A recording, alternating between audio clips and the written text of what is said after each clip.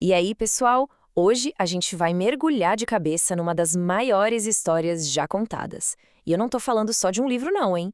Tô falando da narrativa que molda a vida de mais de 1 bilhão de pessoas. Uma história que, dizem, contém todas as outras.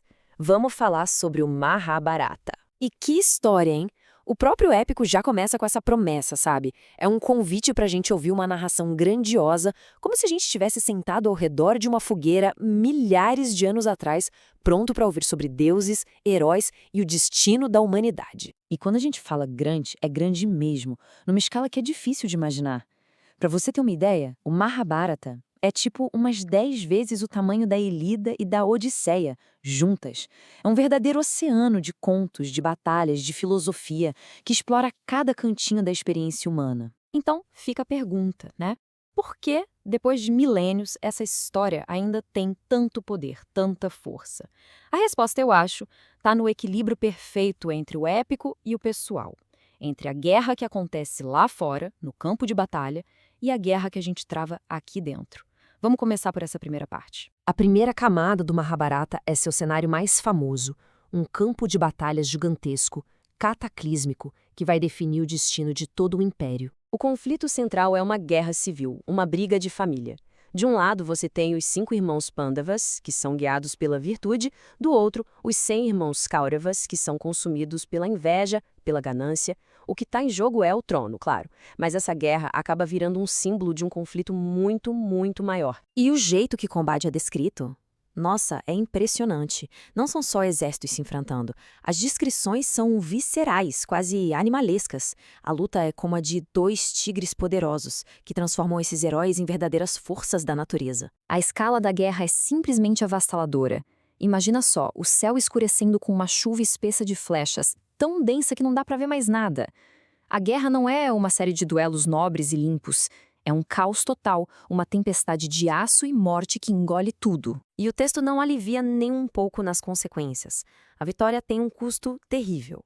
A gente lê sobre um campo de batalha onde cabeças, pernas e braços começaram a cair do alto.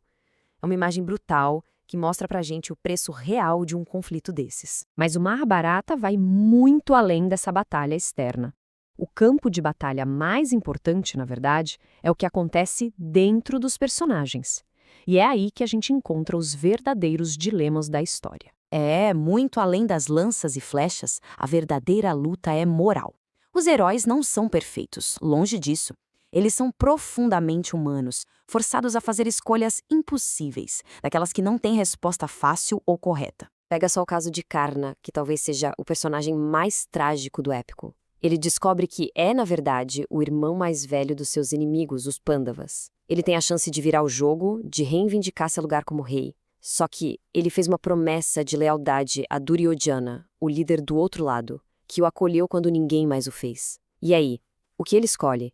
O sangue ou a palavra? E essa citação aqui resume a decisão dele de um jeito brilhante. Mesmo quando o próprio Deus Krishna aparece e oferece o mundo a ele, Karna se recusa a quebrar sua promessa. Ele escolhe a lealdade acima do poder, da família e até da própria vida. É uma escolha que o define e, ao mesmo tempo, sela o seu destino trágico. Mas os dilemas não são só sobre guerra e lealdade, viu? Temos também a história de Savitri. Ela é uma princesa cujo marido, Satyavan, está destinado a morrer exatamente 1 ano depois do casamento. Ela não luta com uma espada, mas com sua inteligência e sua devoção. Quando Yama, o deus da morte, vem buscar a alma de Satyavan, Savitri o segue, sem desistir. Yama fica impressionado e concede a ela 3 desejos, mas com uma regra: ela não pode pedir pela vida do marido. E aqui a gente vê a genialidade dela. Os 2 primeiros desejos são nobres para ajudar a família, mas o terceiro é uma jogada de mestre. Ela pede para ter 100 filhos gerados por Satyavan. E aí, Yama fica preso. Para cumprir o desejo, ele não tem escolha a não ser devolver a vida ao marido dela. É uma vitória da inteligência e do amor sobre o próprio destino. Todas essas escolhas, a do Karna, a da Savitri, a de todos os personagens, giram em torno de um conceito central que é incrivelmente complexo. Esse conceito é o Dharma. Não tem uma palavra só em português que dê conta do recado. É o seu dever, o seu caminho certo, a lei cósmica, a ordem moral que mantém o universo funcionando. É o jeito certo de viver. Mas descobrir qual é esse jeito é a luta de uma vida inteira. E é aí que o bicho pega, porque o Dharma raramente é uma coisa simples e clara. Os personagens estão o tempo todo divididos entre deveres que batem de frente. O dever com a sua família de sangue contra o dever com quem te ajudou. O dever de manter uma promessa contra o dever de fazer o que é certo. O dever de um guerreiro de lutar contra o dever de evitar violência. O Mahabharata mostra que seguir o Dharma não é fácil. É um peso constante nos ombros. E o Dharma muitas vezes exige atitudes bem duras. Essa citação aqui, por exemplo, lembra um rei que o dever dele como governante, sua soberania, é uma virtude em si. Para a classe guerreira, lutar e governar não é uma escolha, é uma obrigação sagrada, mesmo que isso traga dor e crueldade.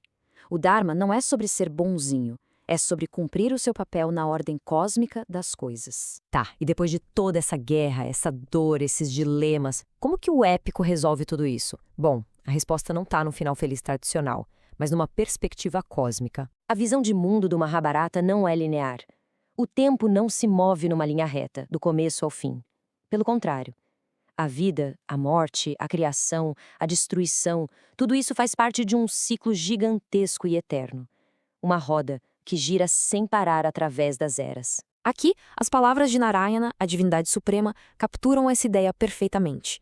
É a força divina que coloca em movimento a roda do tempo. Aquela guerra toda, com toda a sua devastação, não é um evento único, final. É só parte de um padrão cósmico de destruição e renovação, que se repete de novo e de novo e de novo. Então a lição final do épico é que mesmo a maior das catástrofes não é o fim absoluto. A destruição, na verdade, limpa o terreno para uma nova criação. O fim da era dos heróis naquela guerra é também o começo de uma nova era para a humanidade. O ciclo continua. E isso deixa a gente com uma última pergunta para refletir.